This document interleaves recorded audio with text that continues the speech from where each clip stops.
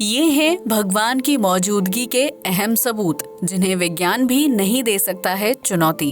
भगवान इस शब्द को सुनते ही ज्यादातर लोगों के मन में आस्था की भावना उमड़ जाती है और वो अपने आराध्य को याद करने लगते हैं जो हमें शक्ति और सुरक्षा देते हैं। लेकिन भगवान के अस्तित्व को लेकर सवाल करने वाले लोगों की भी कोई कमी नहीं है जो ईश्वर की मौजूदगी का सबूत मांगते हैं। यहाँ भगवान है या नहीं, इस सवाल को लेकर बहस नहीं करेंगे, बल्कि आज हम आपको ईश्वर से जुड़ी कुछ अहम बातों और जगहों के बारे में विस्तार से बताने जा रहे हैं। रामायण से जुड़े सबूत। हिंदू धर्म के लोगों की भगवान श्री राम में बहुत ज्यादा आस्था है, जबकि ज्यादातर लोगों ने रामायण भी जरूर देखी या पढ़ी होगी। लेकिन इसके बावजूद भी भगवान श्री राम के अस्तित्व को लेकर कई लोग सवाल खड़ा करते हैं, जिन्हें ये समझने की जरूरत है कि रामायण सिर्फ एक धार्मिक ग्रंथ नहीं है, बल्कि ये एक सत्य घटना है। अयोध्या से लेकर राम सेतु भगवान श्री राम की महिमा का गुणगान करते हैं, जबकि वानर सेना के बनाए गए राम सेतु के अवशेष आज भी समुद्र के पानी में देखे जा सकते हैं। इसी तरह समुद्र के किनारे उन पत्थरों को भी खोजा गया है जो पानी में डूबते नहीं हैं, बल्कि पानी की सतह पर तैरते हैं। ये पत्थर राम सेतु से टूटकर अलग हुए थे, जो समुद्री लहरों के साथ बहकर किनारे तक पहुंच गए और आज भी समुद्र तट पर हैं। इसी तरह लंका में जहां सीता माँ को बंदी बनाकर रखा गया था, वो अशोक वाटिका आज भी है। इस वाटिका को वर्तमान समय में गुरुलपोटा कहा जाता है, जबकि कई लोग इसे सीता कोटुआ के नाम से भी जानते हैं। अशोक वाटिका में हनुमान जी के पैरों के निशान भी देखने को मिलते हैं, जो पत्थर पर बने हुए हैं और उन पैरों का आकार सामान्य इंसान के पैरों के मुकाबले बहुत ही विशाल है। आज भी कई लोग इन पैरों के दर्शन करने के लिए अशोक वाटिका पहुंचते हैं, जो राम युग की सत्यता को दर्शाने के लिए काफी है। वहीं श्रीलंका में सोने की लंका के जलाए जाने के अवशेष भी मिलते हैं, जहां की मिट्टी का रंग काला है। वहीं उस जगह के अलावा बाकी पूरे इलाके की मिट्टी का रंग असामान्य है, जिससे ये पता चलता है कि उस जगह पर करोड़ों साल पहले रावण का सोने का महल हुआ करता था। भगवान श्री कृष्ण की मौजूदगी। द्वापर युग में भगवान श्री कृष्ण ने जन्म लिया था, जिन्होंने पापियों का अंत करने के साथ साथ अर्जुन को महाभारत का ज्ञान भी दिया था। लेकिन भगवान पर प्रश्न उठाने वाले लोग महाभारत और श्री कृष्ण के जन्म के सबूत मांगते हैं, जबकि भारत में गोकुल से लेकर वृंदावन और द्वारिका की मौजूदगी भगवान की महिमा को दर्शाने के लिए काफी है। भगवान श्री कृष्ण ने द्वारका की नींव रखी थी, जो समुद्र की लहरों की चपेट में आने की वजह से जलमग्न हो गई थी। गुजरात के समुद्री इलाके में आज भी डूबे हुए प्राचीन शहर के अवशेष मिलते हैं, जो भगवान श्री कृष्ण की बसाई गई द्वारका नगरी है।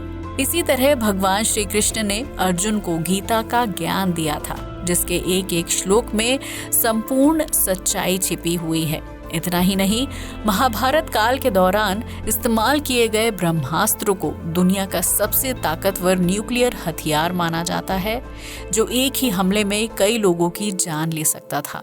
इसके अलावा कुरुक्षेत्र में मिले प्राचीन बर्तन, पहिए और हथियार महाभारत काल की कहानी को बयां करते हैं, जबकि कुरुक्षेत्र में महाभारत का युद्ध होने की वजह से वहां की मिट्टी का रंग लाल है। कहा जाता है कि इस युद्ध में इतने सैनिकों की हत्या हुई थी कि कुरुक्षेत्र की मिट्टी का रंग खून से लाल हो गया था और इसी वजह से यहाँ की मिट्टी आज भी लाल है। अमरनाथ गुफा का रहस्य। देवों के देव महादेव के पूरे भारतवर्ष में सैकड़ों भक्त हैं, जो हर साल अमरनाथ की यात्रा पर जाते हैं। ये एक बहुत ही रहस्यमयी गुफा है, जिसके अंदर स्थापित बर्फ का शिवलिंग हर साल आकार में बड़ा हो जाता है।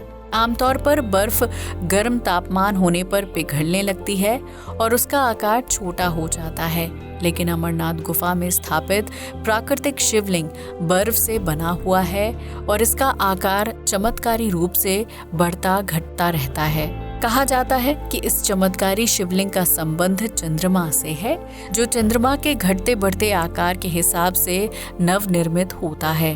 अमरनाथ की गुफा जिस जगह पर है, उस जगह पर भगवान शिव ने मां पार्वती को अमरता का रहस्य बताया था। अमरनाथ यात्रा के दौरान श्रद्धालु अलग अलग पड़ावों से होकर गुजरते हैं, जहां भगवान शिव ने अपने बैल, सांप और चंद्रमा समेत विभिन्न धारण की हुई वस्तुओं को एक एक करके उतार दिया था। दरअसल अमरता की कहानी सुनने वाला व्यक्ति हमेशा के लिए अमर हो जाता है, इसलिए भगवान शिव इस कहानी को सिर्फ मां पार्वती को ही सुनाना चाहते थे। जब भगवान शिव ने मां पार्वती को अमरता का मंत्र सुनाया तो गुफा में 2 कबूतरों के जोड़ों ने उसे सुन लिया था और वो हमेशा के लिए अमर हो गए थे। कहा जाता है कि कुछ खुशकिस्मत श्रद्धालुओं को वो 2 कबूतर दिखाई देते हैं और उनके ऊपर भगवान शिव की कृपा हमेशा बनी रहती है। केदारनाथ मंदिर। भगवान शिव को समर्पित केदारनाथ मंदिर अपने शक्तियों की वजह से दुनिया भर में मशहूर है। जहां साल 2013 में भयानक प्राकृतिक आपदा आई थी, उस आपदा में सब कुछ तहस नहस हो गया था, लेकिन मंदिर और उसके अंदर स्थापित शिवलिंग को जरा भी खरोंच नहीं आई थी। कहा जाता है कि मंदिर के बचाव के लिए खुद भीमशिला पहाड़ से लुढ़कते हुए मंदिर परिसर में पहुंची थी, जिससे टकराकर पानी 2 हिस्सों में बंट गया था और मंदिर को नुकसान नहीं पहुंच पाया था। कैलाश पर्वत। दुनिया भर से सैकड़ों लोग हर साल माउंट एवरेस्ट की चढ़ाई करने जाते हैं, जिसे दुनिया की सबसे ऊंचे पर्वत की चोटी माना जाता है। लेकिन माउंट एवरेस्ट पर चढ़ाई करने वाले कोई भी पर्वतारोही आज तक कैलाश पर्वत पर चढ़ाई करने में कामयाब नहीं हो पाए हैं, जबकि कैलाश पर्वत की ऊंचाई माउंट एवरेस्ट से कम है। कहा जाता है कि कैलाश पर्वत पर भगवान शिव मां पार्वती और अपने पूरे परिवार के साथ रहते हैं, जिसकी वजह से इस पर्वत पर कोई भी सामान्य इंसान चढ़ाई नहीं कर सकता है। हालांकि इसके बावजूद हर साल कुछ पर्वतारोही कैलाश पर्वत पर चढ़ाई करने की कोशिश करते हैं, लेकिन उनके साथ ऐसी घटनाएं घट जाती हैं कि जिसकी वजह से उन्हें अपनी यात्रा को बीच में रोककर वापस घर लौटना पड़ता है। पर्वतारोहियों का कहना है कि कैलाश पर्वत पर दिव्य शक्ति का वास है, जिसकी वजह से उन्हें दिशा भ्रम हो जाता है और वो बार बार एक ही जगह पर पहुंच जाते हैं। इस क्षेत्र पर चुंबकीय शक्ति का प्रभाव भी काफी ज्यादा है, जिसकी वजह से कोई भी दिशा सूचक बताने वाले यंत्र काम नहीं करते हैं।